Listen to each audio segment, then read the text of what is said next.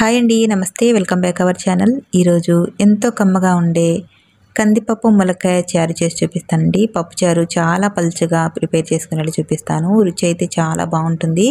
ఈ పల్చటి పప్పుచారు ఎలా ప్రిపేర్ చేయాలో ఇప్పుడైతే వీడియోలోకి వెళ్ళి చూసేయండి. ముందుగా పప్పు ఉడకబెట్టుకోవడానికి కుక్కర్ తీసుకోవాలి. ఈ కుక్కర్లోకి 1 కప్పు వరకు కందిపప్పు వేసుకోవాలి. ఈ కందిపప్పు 1/2 కిలో కందిపప్పు అండి.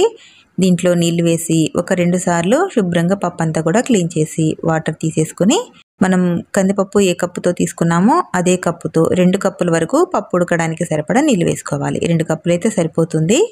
ఇప్పుడు ఇందులోకి 3 టమాటాలని సన్నగా కట్ చేసి, 1 ఉల్లిపాయను కూడా సన్న చీలికలుగా చేసి, 10 పచ్చిమిర్చీలని ఇలా కట్ చేసి వేసుకోవాలి. ఇందులోనే ములక్కాయలు కూడా వేసి ఉడకబెట్టుకోవాలి. ములక్కాయలు వచ్చేసి 3 వరకు తీసుకుని ఇలా పీచు అనేది మొత్తం కాకుండా కొద్దిగా తీసి వేసుకుని 1 రెమ్మ కరివేపాకు, 1/2 స్పూను పసుపు కూడా వేసి 1 టేబుల్ స్పూన్ సాల్ట్ వేసుకోవాలి. అలాగే 1 టేబుల్ స్పూన్ వచ్చేసి కారం పొడి కూడా వేసుకోవాలి. మీరు తినే కారాన్ని బట్టి కారం వేయడము వద్దనేది మీ ఇష్టం అండి. కారం అనేది వేస్తే కలర్ అనేది కొంచెం బాగుంటుంది. ఇదంతా కూడా ఒకసారి ఇలా కలిపేసి కుక్కర్ మూత పెట్టేసేయాలి. 3 విజిల్లు వచ్చేంత వరకు స్టవ్ ఆన్ చేసి పప్పుని ఉడకబెట్టుకోవాలి. 3 విజిల్లు అయితే పప్పు చక్కగా ఉడికిపోతుంది. ములక్కాయలు కూడా మెత్తబడకుండా ఉంటాయండి. ఈ పప్పు ఉడికేలోపు ఇప్పుడు చింతపండు నానబెట్టుకుందాం. 1 గిన్నెలోకి 1 నిమ్మకాయ సైజ్ అంతా చింతపండు తీసుకుని కొద్దిగా క్లీన్ చేసిన తర్వాత నీళ్ళను వేసి నానబెట్టామంటే మనకి పప్పు ఉడికేలోపు చింతపండు అంతా కూడా చక్కగా నానిపోతుంది. 1 పెద్ద నిమ్మకాయ సైజ్ అయితే సరిపోతుందండి. ఇప్పుడు ఇలా నానబెట్టి పక్కన పెట్టేసుకోవాలి. ఈ పక్కన పెట్టి ఇప్పుడు పప్పు ఉడికిందేమో చూద్దాము. 3 విజిల్స్ వచ్చేసాయి. ఇలా ప్రెషర్ అంతా కూడా పోయిన తర్వాత ఓపెన్ చేసి చూపిస్తున్నాను చూడండి. ములక్కాయలంతా కూడా ఉడికి చక్కగా పైకి వచ్చేసాయి కదా. పప్పు అంతా కూడా ఇప్పుడే కలియపెట్టకుండా ఈ పైన వచ్చిన ములక్కాయలన్నీ కూడా ఒక ప్లేట్లోకి తీసి పక్కన పెట్టేసుకోవాలి. మనం పప్పు గరిటెతో మెదుపుకోవడానికి వీలుగా ఉండేలాగా ఈ ములక్కాయలన్నీ కూడా పక్కన పెట్టేసుకోవాలి. ములక్కాయలు అనేవి చితికిపోకుండా మనకి ఇలా నీట్గా ఉంటాయి. వీటిని ఇలా ఒక ప్లేట్లో పక్కన పెట్టేసుకోవాలి. చూడండి, ములక్కాయలు మరీ మెత్తగా కాకుండా కరెక్ట్గా ఉడికాయి. ఇప్పుడు ఈ పప్పు అంతా కూడా మెత్తగా మెదుపుకోవాలి. ఇలా పప్పు గుత్తితో కానీ గరిటెతో కానీ మెత్తగా చేసుకోవాలి. 3 విజిల్లు ఉడికించాం కదా, ములక్కాయలు మరీ మెత్తగా కాకుండా కరెక్ట్గా ఉడుకుతాయి. పప్పులో కొంచెం పలక అనేది ఉంటుందండి. దాన్ని ఇలా పప్పు గుత్తితో కానీ గరిటెతో కానీ మెదిపేసుకుంటే మిగిలిన పప్పు కూడా మెత్తగా అయిపోతుంది. ఇప్పుడు ముందుగా నానబెట్టుకున్న చింతపండు రసాన్ని ఇందులో వేసుకోవాలి.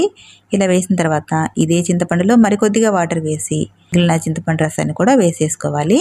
ఇలా వేసిన తర్వాత పప్పు అంతా కూడా ఒకసారి కలిపేసి మీకు ఎంత పల్చగా కావాలనుకుంటే దాన్ని బట్టి వాటర్ వేసుకొని కలుపుకోవాలి. ఇక్కడ తీసుకున్న చింతపండు రసం క్వాంటిటీ బట్టి వాటర్ యాడ్ చేసుకోవాలండి. మరీ ఎక్కువ వాటర్ వేసినా కూడా మనకి పప్పుచారు అనేది చప్పగా ఉంటుంది కదా, దాన్ని బట్టి వేసుకోవాలి వాటర్ అనేది. ఇదంతా కలిపేసి ముందుగా పక్కకు తీసి పెట్టుకున్న ములక్కాయ ముక్కలు కూడా ఇందులో వేసి మరొకసారి కలిపేసుకోవాలి. ఇలా కలిపిన తర్వాత మనం ఇప్పుడు ఎక్స్ట్రా వాటర్ యాడ్ చేసాం కదా, మనకి సాల్ట్ అనేది మరి కొద్దిగా పడుతుంది. టేస్ట్కి తగినట్టుగా సాల్ట్ వేసుకుని ఇప్పుడు స్టవ్ ఆన్ చేసి ఈ కుక్కర్ని స్టవ్ మీద పెట్టేసి పప్పుని మరగబెట్టుకోవాలి. మీడియం ఫ్లేమ్లోనే మరుగుతూ ఉండగా మరొక స్టవ్ ఆన్ చేసి ఒక కళాయి పెట్టి పోపు ప్రిపేర్ చేసుకోవాలి. తాలింపుకు సరిపడా 3-4 టేబుల్ స్పూన్లు ఆయిల్ వేడైన తర్వాత ఇందులోకి పోపు దినుసులు వేసుకోవాలి. వెల్లుల్లి రెబ్బలు కూడా 3-4 ఇలా నల్లకొట్టి వేసుకున్న తర్వాత ఎండుమిర్చి 3 ఇలా చిన్నగా కట్ చేసి వేసుకొని ఆయిల్లోనే కొద్దిగా ఫ్రై చేసుకోవాలి. ఇవి 2 కొద్దిగా ఫ్రై అయిన తర్వాత 1 చిన్న ఉల్లిపాయని ఇలా సన్న ముక్కలుగా కట్ చేసి దోరగా వేయించుకోవాలి. ఇలా దోరగా వేగిన తర్వాత 2-3 కరివేపాకు రెమ్మలు కూడా వేసి చక్కగా ఫ్రై చేసుకోవాలి.